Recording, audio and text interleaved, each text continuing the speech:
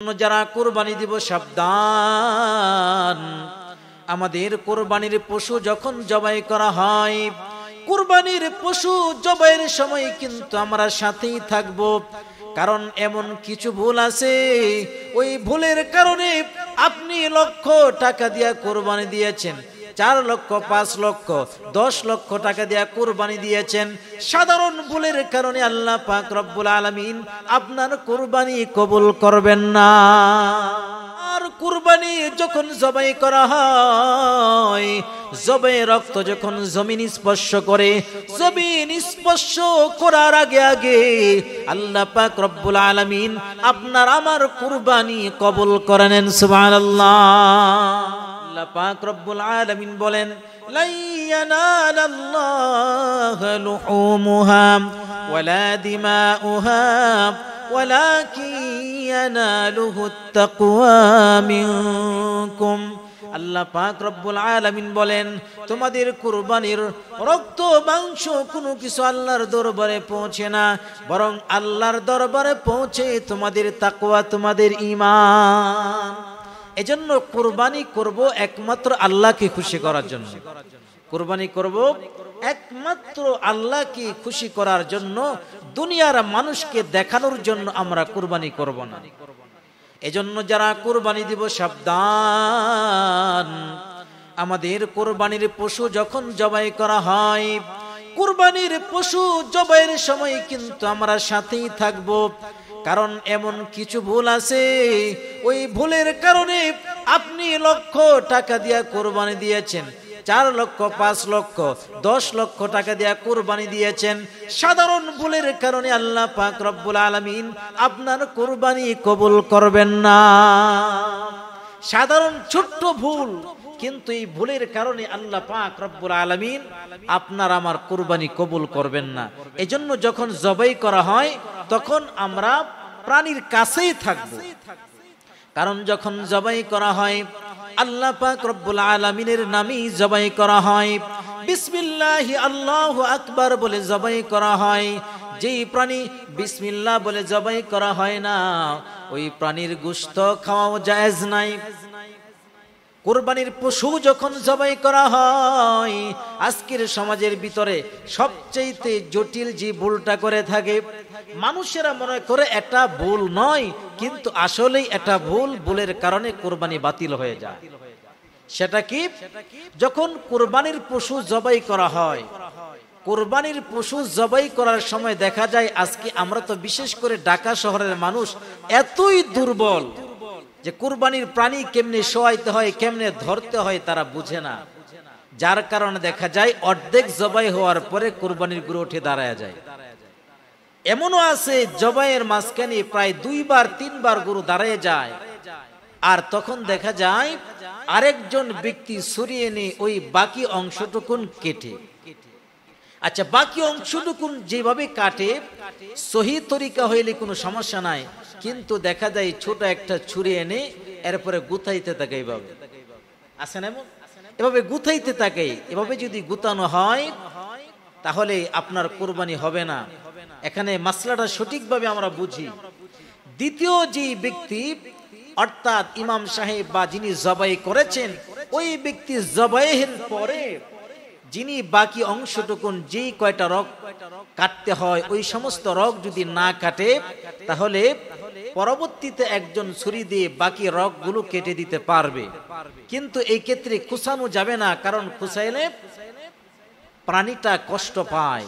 আর দ্বিতীয় নাম্বার, যেই ভুলটা করার কারণে আপনার কুরবানি তখন বাতিল হয়ে যায়, সেই ভুলটা হলো যখন জবাই করে জবাইকারী যেমন বিসমিল্লাহি আল্লাহু আকবার বলে, যিনি পরবর্তীতে বাকি রক্তকুন কাটবে তিনিও বিসমিল্লাহি আল্লাহু আকবার বলতে হবে। কারণ তিনি যদি বিসমিল্লাহি আল্লাহু আকবার না বলেন তাহলে কুরবানি বাতিল হয়ে যাবে। এই কুরবানির পশু জবাই জায়েজ হবে না, এটা আপনার জন্য হারাম হয়ে যাবে। প্রথম যে ব্যক্তি বিসমিল্লাহি আল্লাহু আকবার বলে কুরবানি দিয়েছেন, দ্বিতীয় ব্যক্তিও কুরবানির বিসমিল্লাহি আল্লাহু আকবার আগের মতনই বলতে হবে। 2 জনের একজনও যদি বিসমিল্লাহি আল্লাহু আকবার ছেড়ে দেয় তাহলে কুরবানি হবে না। উভয়জনই বিসমিল্লাহি আল্লাহু আকবার বলতে হবে, কারণ এই কুরবানিটা করি একমাত্র আল্লাহ পাক রব্বুল আলামিনের জন্য। সহিহ তিরমিজির বর্ণনা, আল্লাহর নবী বিশ্ব নবী রাসূল আরবি সাল্লাল্লাহু আলাইহি ওয়াসাল্লাম বলেন, তিরমিজি শরীফের 1493 নম্বর হাদিসের বর্ণনা, আম্মা জান আয়েশা সিদ্দিকা রাদিয়াল্লাহু তাআলা আনহা থেকে হাদিসটি বর্ণিত। নবীজি সাল্লাল্লাহু আলাইহি ওয়াসাল্লাম বলেন, মা আমিলা আদামিয়্যুম মিন আমালি ইয়াওমান নাহরি আহাব্বা ইলাল্লাহি মিন ইহরাকিদ দামি ইন্নাহা লাতাতি ইয়াওমাল কিয়ামাতি বিকুরুনিহা ওয়া আশআরিহা ওয়া আযলাফিহা ওয়া ইন্নাদ দামা লা ইয়াকউ মিনাল্লাহি বিমাকানিন ক্বাবলা আন ইয়াকআ মিনাল আরদি ফাতিবু বিহা নাফসাম। আম্মা জান আয়েশা সিদ্দিকা রাদিয়াল্লাহু তাআলা আনহা থেকে হাদিসটি বর্ণিত। নবীজি সাল্লাল্লাহু আলাইহি ওয়াসাল্লাম বলেন, কুরবানির দিনে মানুষ যে সমস্ত কাজ করে, সমস্ত কাজের ভিতরে আল্লাহর কাছে শ্রেষ্ঠ আমল, শ্রেষ্ঠ কাজ হলো আল্লাহর রাহে কুরবানি করা। কুরবানির দিনে আল্লাহর কাছে সবচেয়ে শ্রেষ্ঠ আমল, সবচেয়ে শ্রেষ্ঠ প্রিয় কাজ হলো আল্লাহর রাহে কুরবানি করা, পশু জবাই করা। আমার ভাইরা, কিয়ামতের দিনে এই কুরবানির শিং, কুরবানির পশম, কুরবানির প্রাণীর খুর আল্লাহর দরবারে হাজির হয়ে যাবে। আর কুরবানি যখন জবাই করা হয়, জবাই রক্ত যখন জমিন স্পর্শ করে, জমিন স্পর্শ করার আগে আগে আল্লাহ পাক রব্বুল আলামিন আপনার আমার কুরবানি কবুল করে নেন। সুবহানাল্লাহ।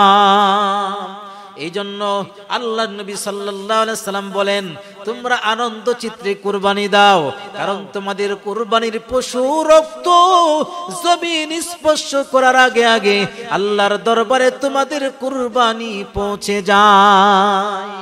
কুরবানির প্রতিটা পশমে পশমে আল্লাহ লিখে রেখেছেন। সাহাবে কেরাম জিজ্ঞেস করলেন, ক্বালা আসহাবু রাসূলিল্লাহি সাল্লাল্লাহু আলাইহি ওয়াসাল্লাম, ওগো পয়গম্বর, মা হাযিহিল আযাহি ইয়া রাসূলুল্লাহ, আযহা এটা কি জিনিস? নবীজি সাল্লাল্লাহু আলাইহি ওয়াসাল্লাম বলেন, সুন্নাতু আবিকুম ইব্রাহিম আলাইহিস সালাম, এটা তোমাদের পিতা ইব্রাহিম আলাইহিস সালাতু ওয়াস সালামের সুন্নাত। সাহাবে কেরাম আবার জিজ্ঞেস করলেন, ক্বালু ফামা লানা ফিহা ইয়া রাসূলুল্লাহ, আমরা যদি কুরবানি করি কি লাভ হবে? আল্লাহর নবী সাল্লাল্লাহু আলাইহি সাল্লাম বলেন, বিকুল্লি শাআরাতিন হাসানা, কুরবানির প্রাণীর প্রতিটা পশমের বিনিময়ে আল্লাহ পাক তোমাদের আমল নামায় সব লিখে দেন। সুবহানাল্লাহ। এজন্য আমরা কুরবানি করব একমাত্র আল্লাহ পাক রব্বুল আলামিনের রাদামন্দি হাসিলের জন্য, আল্লাহকে খুশি করার জন্য। দুনিয়ার কাউকে খুশি করার জন্য আমরা কুরবানি করব না। যদি আল্লাহকে সন্তুষ্ট করার জন্য আমরা কুরবানি করে থাকি, তাহলে কে কতটুকুন বড় কুরবানি করেছি এটা ফেসবুকে সারা বিশ্বের মানুষকে জানানোর প্রয়োজন নাই। অনেকে অনলাইনের মাধ্যমে মানুষদেরকে দেখায় যে আমি এই প্রাণীটা কুরবানি দিচ্ছি, তার মানে আমি সারা পৃথিবীর মানুষদেরকে বোঝাতে চাচ্ছি যে এই প্রাণীটা, এই এত বড় দামি, এত মোটা তাজা প্রাণীটা আমি আল্লাহর রাহে কুরবানি করছি। আল্লাহর রাহে যদি কুরবানি করতে হয়, তাহলে পাবলিক পেজে আমাকে কেন প্রচার প্রসার করতে হবে? তাহলে বোঝা গেল এর ভিতরে আপনার উদ্দেশ্যের ভিতরে কোনো গন্ডগোল আছে। এজন্য এখনো যদি কারো উদ্দেশ্যের ভিতরে যদি কোনো গন্ডগোল থাকে, আমরা উদ্দেশ্যটাকে পাল্টায় ফেলি, একমাত্র আল্লাহকে রাজি খুশি করার জন্য কুরবানি করব। অন্য কোনো উদ্দেশ্য যদি ভিতরে থাকে, তওবা করে এখন থেকে আমরা সেই তা থেকে ইস্তেগফার পড়ি, যে আল্লাহ যা করেছি, অন্যায় করেছি, একমাত্র তোমাকে রাজি খুশি করার জন্যই যেন আমরা কুরবানি করতে পারি। আল্লাহ আমাদেরকে তৌফিক দান করেন।